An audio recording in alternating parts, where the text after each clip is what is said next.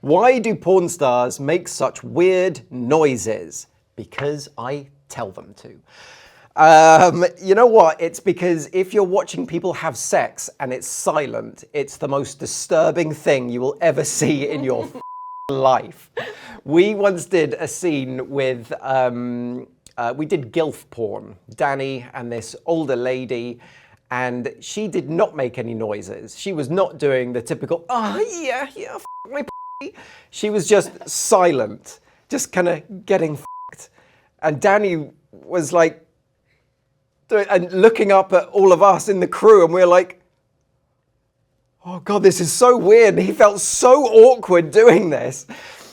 Always make weird noises when you're having sex if you're being filmed, because it's too real otherwise, basically.